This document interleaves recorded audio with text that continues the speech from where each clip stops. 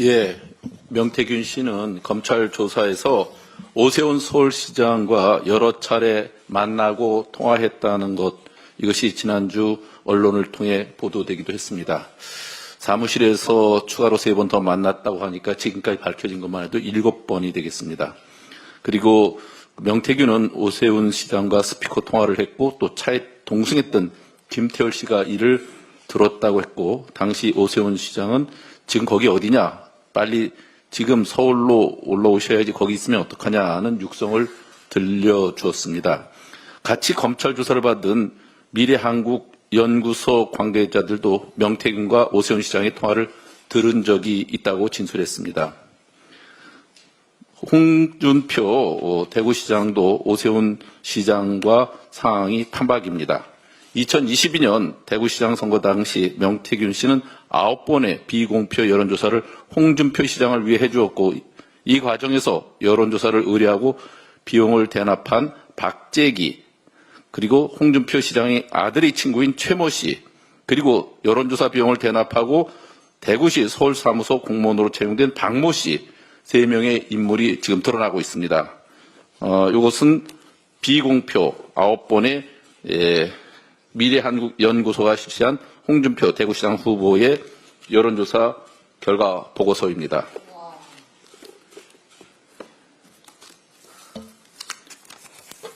잠깐 이것 좀 들어줄래요? 예. 먼저 박재기 씨 관련돼서, 박재기 씨는 2011년 홍준표 한나라당 대표 시절부터 중소기업 정책 특보, 그리고 2013년 경남도지사의 중소기업 특별보좌관, 2014년 홍준표 시장 캠프 상황실장, 2014년 경남도지사 재선 직후 경남개발공사 사장으로 임명돼서 오랫동안 홍준표 시장의 최측근으로 활동해 왔습니다. 2022년 대구시장 지방선거 때는 여론조사를 의뢰하고 그리고 2차례에 걸쳐 1,500만 원을 차명으로 입금한 것이 이미 드러났습니다. 예, 여기 보면 3월 2일자 녹취에서는 그래요, 강혜경 씨가 여론조사 비용을 독촉하자 그래요, 입금시키려고 했는데 내가 한번 확인해 볼게요 하고 입금 약속했고 당일 500만 원 입금되었죠.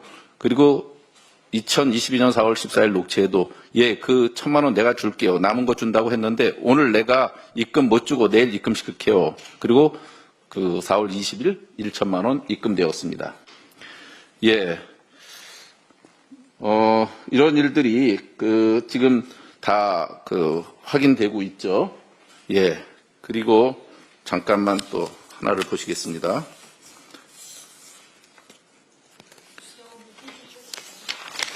예, 최모 씨 얘기입니다.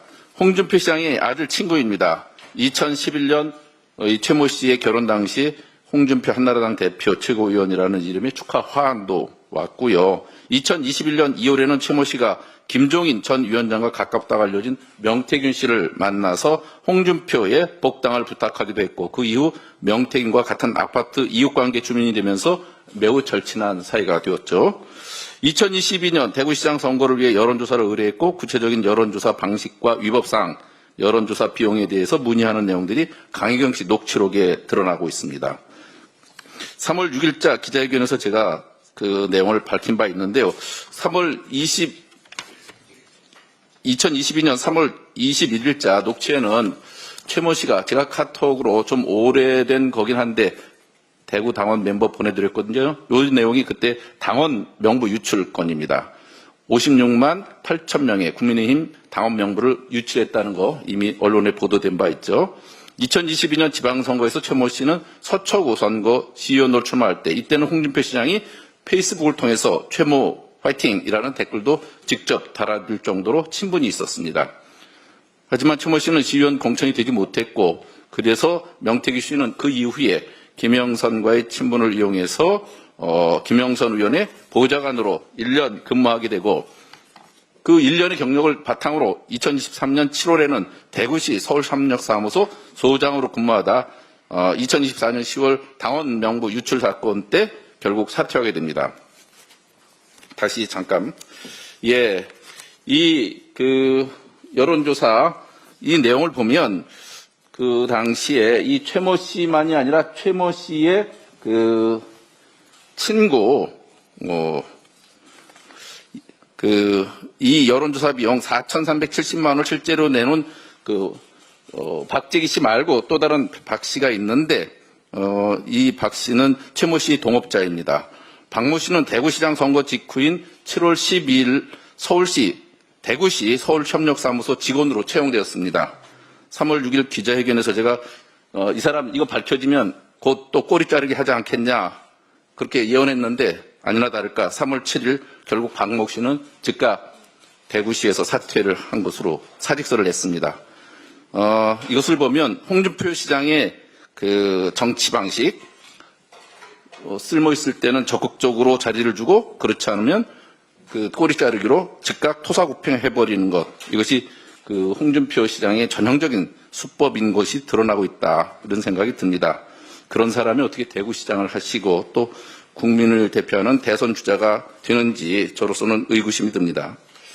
그리고 홍준표 시장 주위에는 이렇게 몇 천만 원씩 듬뿍듬뿍 여론조사 비용을 대신 해줄 수 있는 의로운 사람들이 이렇게 많은지 모르겠어요. 그리고 그런 사람들의 또 자리를 또 바로 주고, 그리고 또 문제가 생기면 바로 자르고, 상당히 유능한 시장이 아닌가 하는 생각이 듭니다. 이 자리에서 다시 한번 최모 씨, 박모 씨, 실명이 이미 여러 언론에서 나왔지만 오늘은 가급적 제가 최모, 박모로 이렇게 말씀드리겠습니다. 이분들께 제안드립니다. 공익제보자가 되셔서 홍준표 시장과 관련된 의혹들에 대해서 더욱 투명하고 솔직하게 국민에게 진실을 밝혀주시고 양심과 정의를 지켜주시기 바란다는 말씀드립니다. 그리고 오세훈 시장님, 홍준표 시장님, 계속 말 바꾸기 하지 마시고, 또 오세훈 시장은 그것을 가르기 위해서 저를 그 명예훼손으로 고소까지 하셨는데 한번 제대로 밝혀봅시다. 그리고 누가 맞는지, 제가 틀렸다면 제가 의원직을 걸겠습니다. 오세훈 시장이 잘못했으면 서울시장에서 즉각 사퇴하고 대선은 얘기도 꺼내지 마시기 바랍니다. 예, 지금이라도 전 국민에게 소상히 진실을 밝히고 시장직에서 사퇴하는 것이 저는 옳은 길이다, 이런 생각을 합니다. 이상입니다.